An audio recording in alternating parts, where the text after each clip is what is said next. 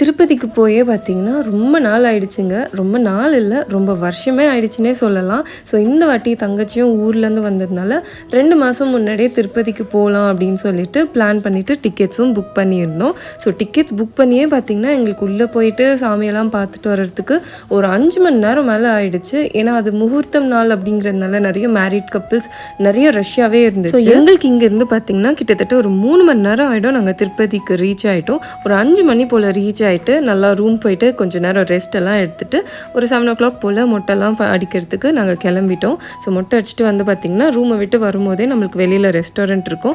அங்கே போயிட்டு செம்ம பசியில் கொஞ்சம் ஃபுட்டெல்லாம் ஆர்டர் பண்ணி சாப்பிட்டு முடிச்சதும் பார்த்திங்கன்னா நம்மளோட நைட் ரொட்டீன் பண்ணாமல் எப்படி அது ஒன்றும் இல்லைங்க. ஜஸ்ட்டு சிம்பிளாக என்னோடய மேக்கப்லாம் ரிமூவ் பண்ணிவிட்டு கிட்ஸும் வந்து ரொம்ப ஏர்லியாக டின்னர் சாப்பிட்டுட்டாங்க இல்லையா. ஸோ நைட்டு பசிக்கும் இல்லைனா என்னை வச்சு செஞ்சுருவாங்க அப்படின்னு சொல்லிட்டு அவங்களுக்கும் மில்க் கொடுத்துட்டு ரூம்குள்ளே தள்ளியாச்சு. ஸோ அந்த டே சூப்பராக போச்சு.